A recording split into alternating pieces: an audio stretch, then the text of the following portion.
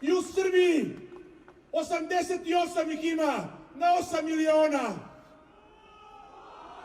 koji ne podržavaju ovo. Pitam ih, za koju ste vi to budućnost? Za koju ste vi Evropu?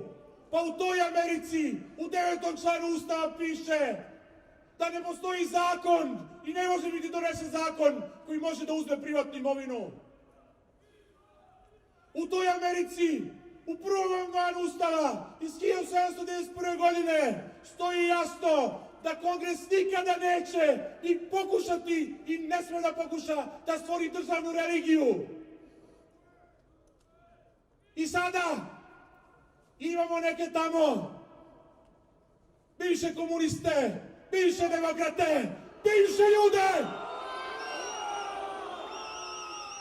koji Srbiju optužuju zato što je Milo Đukanović ustaša.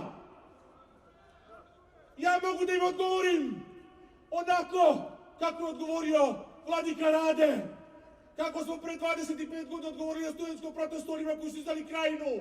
Bog vas kleo, progani izrodi! Bog vas kleo dok nam je kolena!